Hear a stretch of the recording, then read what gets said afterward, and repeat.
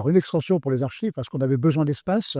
On était plein, nos 8 magasins, anciens étaient totalement remplis. On avait en plus concentré encore plus en rajoutant des tablettes et des tablettes, mais on était arrivé à la limite et donc il nous fallait absolument donc de nouveaux magasins.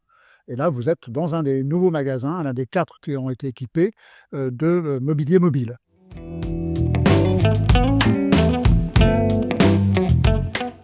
Alors, en fait, effectivement, les archives départementales ont pour vocation normalement de s'occuper de la conservation des archives et de la gestion des archives publiques dans le département.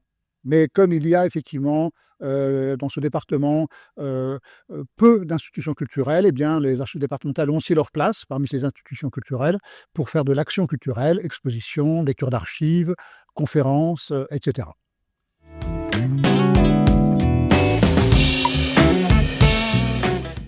Pour remplir nos missions vis-à-vis des publics du département, nous sommes amenés donc à proposer beaucoup d'activités culturelles, mais aussi à nous déplacer dans le département, aussi bien d'ailleurs pour l'action pédagogique, nous touchons quand même près de 3000 élèves chaque année, que pour des actions culturelles. Nous avons proposé cette année 40 conférences, dont plus de la moitié à l'extérieur du service des archives départementales. Donc, en fait, on essaye de couvrir le territoire. On va effectivement dans les petits villages pour essayer d'évoquer l'histoire de ces villages. Et en général, donc, on a un public qui vient très nombreux, puisqu'on est à plus de 2000 personnes qui ont assisté à nos conférences. On fait aussi des lectures d'archives. Et puis, on a aussi des expositions qui sont sur le site même des archives départementales, mais aussi sur d'autres sites. Et chaque année, on touche près de 12 000 personnes avec nos activités éducatives et culturelles.